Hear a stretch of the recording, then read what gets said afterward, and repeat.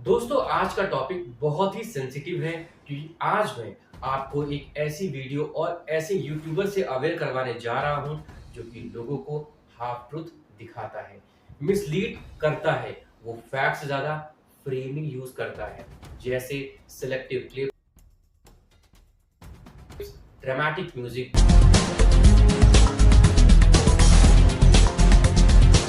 और strong wording. और दोस्तों ये तो आप जानते ही हो कि एक फ्रेमिंग वीडियो करोड़ों लोगों की राय बदल सकता है। लेकिन सवाल ये है, क्या ये वीडियो सिर्फ फैक्ट्स बताते हैं या फैक्ट्स को इस तरह अरेंज करते हैं कि आपकी सोच एक ही दिशा में जाए। दोस्तों जब कोई क्रिएटर कॉन्फिडेंस के साथ डेटा, ग्राफ्स और रिसर्च दिखाता है, हमारा दिमाग ऑटोमेटिकली मान लेता है कि ये सही है। इसे साइकोलॉजी में कहते हैं अथॉरिटी बायस। मतलब अगर कोई बोल दे रिसर्च कहती है तो हम शायद ही वेरीफाई करते हैं। दोस्तों एक बात और कि कई लोग ये सवाल उठाते हैं कि जब किसी क्रिएटर की रीच करोड़ों में होती है तो उसका इम्पैक्ट सिर्फ व्यूज तक सीमित नहीं रहता है, वो पब्लिक परसेप्शन को शेप करने लग जाता है। ध्रुव राठी की वीडियोस में presentation style, strong wording, selective examples और इमोशनल ट्रिगर्स इतने स्ट्रैटेजिकली यूज होते हैं कि व्यूअर सिर्फ इंफॉर्मेशन कंज्यूम नहीं करता बल्कि एक पर्टिकुलर डायरेक्शन में सोचने लगता है। दोस्तों जब बार बार इनसिक्योरिटी, फियर, क्राइसिस और सिस्टम फेलियर जैसे नैरेटिव हाईलाइट किए जाते हैं तो ऑडियंस के माइंड में यह परसेप्शन बन जाता है कि सब कुछ गलत हो रहा है। यही रीजन है कि किसी भी कंटेंट को फाइनल ट्रूथ मानने के बजाय उसका कॉन्टेक्स्ट और कंप्लीट पिक्चर देखना जरूरी है। नमस्कार दोस्तों, मैं हूं आदित्य और आप देख रहे हैं आदित्य अवेयरनेस। दोस्तों आज मैं आपको बताऊंगा ध्रुव राठी जैसे क्रिएटर्स कैसे आपकी सोच को शेप करते हैं और एग्जाम्पल के एनालाइज करेंगे ध्रुव राठी का ही कंटेंट स्ट्रक्चर। जिस वीडियो को मैंने रिसर्च किया है वो है is India becoming a dictatorship. दोस्तों इस वीडियो में मैंने ध्रुव राठी के बताए गए फैक्ट्स, क्लेम्स और इंफॉर्मेशन को डिटेल में रिसर्च किया और वेरीफाई किया है। आज हम देखेंगे कि कंटेंट फ्रेमिंग कैसे ऑडियंस की सोच को इन्फ्लुएंस कर सकती है। आज हम एनालाइज करेंगे कि इंफॉर्मेशन किस तरह प्रेजेंट की जाती है, कौन सी बातें हाईलाइट की जाती हैं और कौन सी नहीं, और कहां फैक्ट्स को एक पर्टिकुलर एंगल से प्रेजेंट किया गया है और कितनी सच्चाई दिखाई गई है और कितनी नहीं। तो चलिए स्टार्ट करते हैं आज का वीडियो।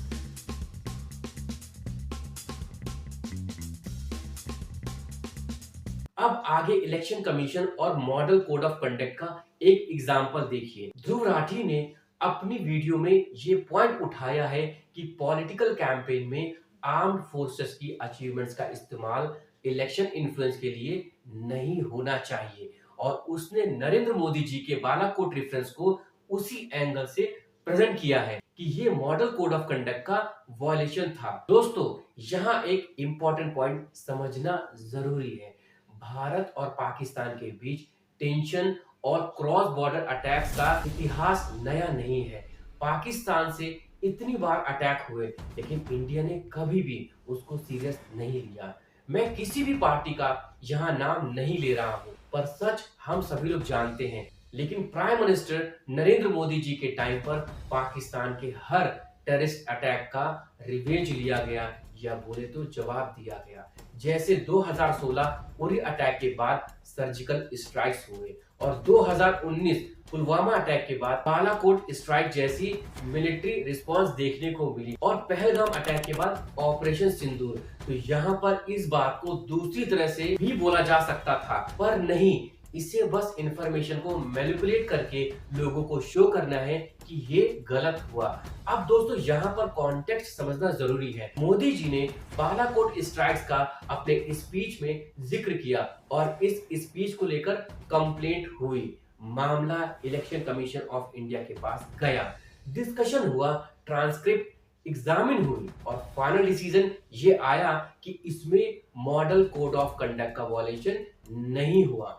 आप स्क्रीन पर पिक्चर देख सकते हैं। अब इंटरेस्टिंग बात यह है दोस्तों कि ध्रुव राठी ने अपने वीडियो में ये हाईलाइट किया है कि कमीशन के एक इलेक्शन कमिश्नर ने डिसेंट किया था, मतलब उनकी राय अलग थी। तो मोदी जी को क्लीन चिट क्यों दिया गया।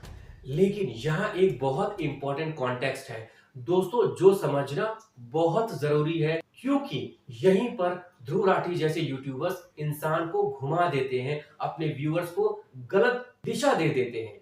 इलेक्शन कमीशन एक मल्टी मेंबर बॉडी है दोस्तों, जिसमें एक चीफ इलेक्शन कमिश्नर और 2 इलेक्शन कमिश्नर होते हैं। दोस्तों ईसी में डिसीजंस मेजॉरिटी से होते हैं, ये लॉ और सुप्रीम कोर्ट दोनों से कंफर्म है। और लॉ के अनुसार अगर किसी मैटर में तीनों की राय अलग हो तो फाइनल डिसीजन मेजॉरिटी प्रिंसिपल से लिया जाता है। मतलब सिंपल लैंग्वेज में अगर मैं बोलूं तो 3 में से 2 मेंबर्स अगर एक कंक्लूजन पर अग्री करते हैं तो वही ऑफिशियल डिसीजन माना जाता है। दोस्तों आप स्क्रीन पर देख सकते हैं इलेक्शन कमीशन एक्ट 1991 के सेक्शन 10(3) में साफ लिखा है कि अगर इलेक्शन कमिश्नर की राय अलग हो तो फाइनल डिसीजन मेजॉरिटी ओपिनियन से लिया जाएगा। यानी 3 में से 2 मेंबर्स अग्री कर जाएं तो यही ऑफिशियल डिसीजन माना जाता है। और यही प्रिंसिपल सुप्रीम कोर्ट ने TN Seshan versus Union of India case में भी अपहोल्ड किया था। पर इसने यहाँ पर लोगों को ये बात बता ही नहीं, सिर्फ लोगों को ये बताया कि ईसी के एक मेंबर ने डिसएग्री किया था तो मोदी जी को क्लीन चिट कैसे दे दिया गया। इसे बोलते हैं हाफ ट्रूथ। दोस्तों half truth is more dangerous than lie. पर आदित्य अविनाश आपको पूरा ट्रूथ बताता है। अब मैं आपको दूसरा सीन बताता हूं। इसने अपने वीडियो में ये कहा है कि 2014 के बाद ईडी ने 4 टाइम्स ज्यादा रेड किए हैं, मतलब सर्चेस किए हैं। लेकिन दोस्तों द टाइम्स ऑफ इंडिया के अकॉर्डिंग रेड्स 4 टाइम्स नहीं थे बल्कि 27 टाइम्स ज्यादा हुए थे। तो यहाँ पर दोस्तों एक बात बताओ कि ये तो अच्छी बात है ना कि ईडी फ्री होकर अपना काम कर रही है, तो प्रॉब्लम कहाँ है। दोस्तों अब मैं आपको बताता हूँ कि कहाँ पर लोगों को इसने मैनिपुलेट किया, मतलब कहाँ गुमराह किया गया लोगों को। यहाँ पर ऐसा प्रेजेंट किया गया कि 2005 से 2024 के बीच में टोटल 5,906 केसेस रजिस्टर किए गए थे। पर दोस्तों सच इससे कुछ नहीं बल्कि बहुत अलग है। और जो मैं आपको अब दिखाने जा रहा हूं उसको देखकर शायद आपका रिएक्शन ऐसा होगा। देखिए डेटा क्या कहता है। 2005 से 2014 के बीच एनफोर्समेंट डायरेक्टरेट की सर्चेस सिर्फ और सिर्फ 84 थी, लेकिन 2014 से 2024 के बीच में बढ़कर ये 7,300 हो गई, मतलब 7300 हो गई। मतलब आप नंबर्स देख रहे हैं, कहाँ 84 और कहाँ 7300। और ये मैं नहीं, डेटा बोल रहा है। आप स्क्रीन पर देख सकते हैं, मतलब आप डिफरेंस देख सकते हैं। 2014 के बाद ईडी ने अपना प्रॉपर काम किया, इसके पहले उनके शायद हाथ बंधे हुए थे। ध्रुव भाई, do you have any answer on this? क्यों डेटा मैनिपुलेट किया जा रहा है? और दोस्तों जरा सोचो, अगर कोई एजेंसी ज्यादा रेड्स करे, ज्यादा अरेस्ट करे, ज्यादा एसेट्स सीज करे तो इसका मतलब क्या है?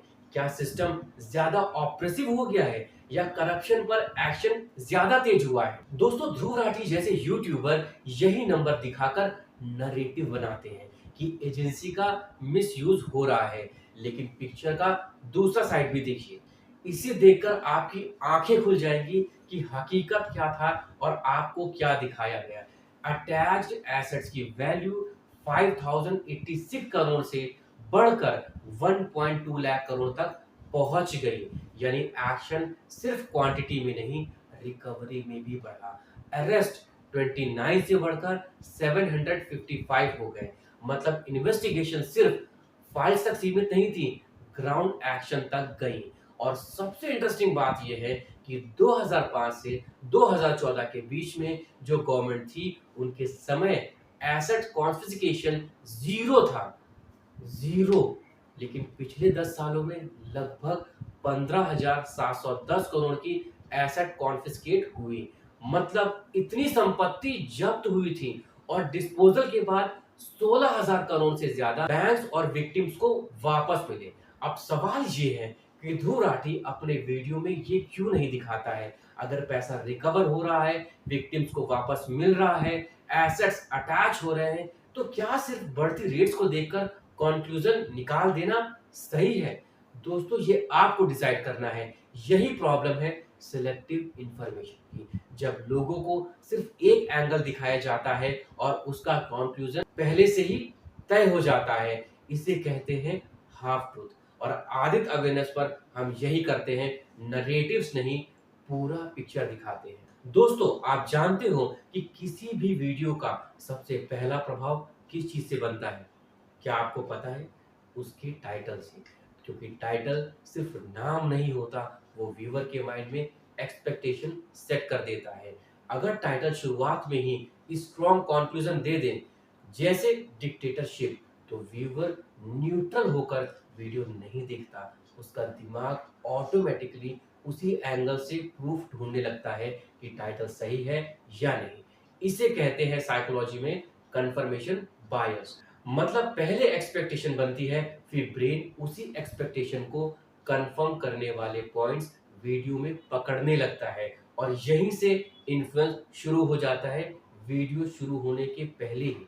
दोस्तों, यहाँ सोचने वाली बात यह है कि ध्रुव राठी के कंटेंट में एक क्लियर पैटर्न दिखता है। कई बार फोकस ज्यादातर एक ही पॉलिटिकल साइड की गलतियां, डिसीजंस और कंट्रोवर्सीज पर रहती हैं, जबकि बाकी पॉलिटिकल पक्षों पर उतनी डेप्थ या फ्रीक्वेंसी में सवाल या तो दिखता ही नहीं है या फिर कम दिखाई देते हैं। यहीं से सवाल उठता है, क्या ऑडियंस को पूरा पॉलिटिकल पिक्चर दिखाया जा रहा है या सिर्फ उसका एक हिस्सा? क्योंकि जब कोई कंटेंट बार बार सिर्फ रेट्स, नोटिसेस, इन्वेस्टिगेशंस या कंट्रोवर्सी जैसे टॉपिक्स को हाईलाइट करता है, तो व्यूअर के माइंड में एक स्पेसिफिक परसेप्शन बनना शुरू हो जाता है। और यही राठी के वीडियो फ्रेमिंग का पावर है। आपको फैक्ट्स तो दिखते हैं, लेकिन कॉन्टेक्स्ट कितना कंप्लीट है ये नहीं दिखाया जाता है। मतलब हाफ ट्रुथ।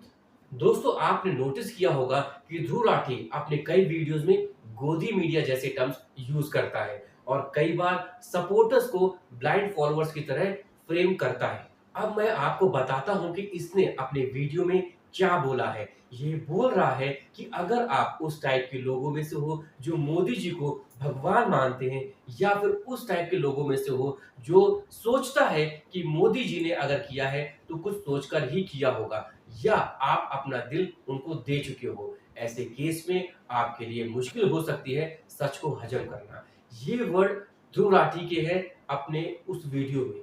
अब दोस्तों, यहाँ समझने वाली बात यह है कि किसी भी पॉलिटिकल लीडर्स के सपोर्टर्स के स्ट्रॉन्ग इमोशंस और स्ट्रॉन्ग ट्रस्ट होने के पीछे कुछ रीजंस होते हैं। एग्जाम्पल के लिए, नरेंद्र मोदी के सपोर्टर्स ऐसा मानते हैं, बल्कि मानते नहीं, उन्होंने किया भी है कि उनके लीडरशिप पीरियड में कई बड़े और लंबे समय से पेंडिंग मुद्दों पर एक्शन हुआ, जिनमें राम मंदिर, 3 तलाक, आर्टिकल 370 इंक्लूड है, जो दोस्तों कई सालों से पेंडिंग थे। किसी की भी सरकार में ना कभी इन पर सही तरीके से बात हुई और ना ही इन पर कोई एक्शन लिया गया। इसलिए दोस्तों, जब किसी लीडर के लिए लोगों में स्ट्रॉन्ग इमोशनल अटैचमेंट या उनके रिस्पेक्ट होती है, तो उसे सिर्फ ब्लाइंड सपोर्ट कहना मतलब लोगों में किसी के लिए एग्रेसिवनेस पैदा करने जैसा होता है। पॉलिटिकल सपोर्ट हमेशा सिर्फ इमोशन से नहीं बनता दोस्तों। कई बार अचीवमेंट्स, आइडियोलॉजी और ट्रस्ट भी उसका बड़ा रीजन होते हैं। लाइक अगर मैं आपको अभी का एग्जांपल दूं, तो स्ट्रेट ऑफ हॉर्मुज को लेकर पूरी दुनिया में टेंशन बनी हुई है। कई फेजेस में शिपिंग हैवली रिस्ट्रिक्टेड रही और कुछ केसेस में सिर्फ सेलेक्टिव कमर्शियल शिप्स को ही अलाउ किया गया। अब दोस्तों, दिल पर हाथ रखकर एक बात बताओ, इतने समय से ये कॉन्फ्लिक्ट चल रहा है, क्या आपकी डेली लाइफ में सीधा बड़ा इंपैक्ट आपको महसूस हुआ? क्या पेट्रोल अचानक 2 गुना हुआ? क्या डीजल ने आपकी रोजमर्रा की कॉस्ट को हिला दिया? क्या एलपीजी प्राइसेस में इमीडिएट शॉक आया? तो आपको बता दूं, ज्यादातर लोगों का जवाब होगा नहीं। यही इंटरेस्टिंग बात है, क्योंकि ग्लोबल टेंशन के बावजूद इंडिया में इंपैक्ट रिलेटिवली कंट्रोल्ड रहा, जबकि कई इंपोर्ट डिपेंडेंट देशों में ऑयल सप्लाई रिस्क और प्राइस प्रेशर ज्यादा दिखाई दिया, जैसे China, Japan, south Korea, Thailand, Pakistan और बांग्लादेश जैसे देशों पर सप्लाई अनसर्टेनिटी और प्राइस वॉलेटिलिटी का प्रेशर ज्यादा दिखा। दोस्तों, इस पर भी कुछ यूट्यूबर्स ने इंडिया का नेगेटिव पार्ट दिखाया, like LPG crisis in India, पर मैंने रियलिटी दिखाया था अपने वीडियो में। यही वजह है कि किसी सपोर्टर को लेबल करने से पहले उसके पर्सपेक्टिव को समझना जरूरी है। दोस्तों, अभी मैंने आपको सिर्फ एक छोटा सा हिस्सा दिखाया है, पार्ट वन, क्योंकि अगर पूरी एनालिसिस एक ही वीडियो में रखता तो वीडियो बहुत लंबी हो जाती। और सच कहूं, इस एनालिसिस के पीछे काफी मेहनत लगी है, रिपोर्ट्स पढ़ना, डेटा क्रॉस चेक करना और क्लेम्स वेरीफाई करना। इसलिए हमेशा मैं एक ही बात कहता हूं, किसी क्रिएटर्स के फॉलोअर्स कितने भी बड़े क्यों ना हो, इसका मतलब ये नहीं कि आपको हमेशा पूरी तस्वीर ही दिखाई जा रही है। पॉइंट सिंपल है, किसी भी क्रिएटर को फाइनल ट्रुथ मत मानो, चाहे वो ध्रुव राठी हो या कोई पॉलिटिकल इन्फ्लुएंसर। उनकी बात सुनो, ऑपोजिट साइड भी देखो और सबसे जरूरी, खुद वेरीफाई करो, क्योंकि इन्फॉर्म ओपिनियन वही होती है जो वेरिफिकेशन के बाद बनती है, सिर्फ इन्फ्लुएंस के बाद नहीं। और आखिर में मैं एक बात आपको साफ कर दूं, मेरा मकसद किसी पॉलिटिकल पार्टी को सपोर्ट या अपोज करना नहीं है और ना ही किसी स्पेसिफिक पर्सन के खिलाफ जाना है। मेरा काम सिर्फ इतना है कि मैं आपके सामने कंप्लीट पिक्चर रख सकूं, ताकि आप खुद डिसाइड कर सकें कि सच क्या है, हाफ ट्रुथ नहीं, फुल कॉन्टेक्स्ट। दोस्तों, लास्ट में मैं यही कहना चाहता हूं कि अगर आपको केवल जीना नहीं है बल्कि अवेयर भी रहना है तो आदित्य अवेयरनेस को अभी फॉलो कर लो, क्योंकि हम यहाँ पर हाफ ट्रुथ नहीं दिखाते हैं बल्कि लोगों को पूरा कॉन्टेक्स्ट दिखाते हैं और गुमराह नहीं करते। दोस्तों, आज का वीडियो यहीं तक था। मिलते हैं नेक्स्ट पावरफुल और अवेयरनेस वीडियो के साथ। Till then, stay safe, stay healthy. Thank you.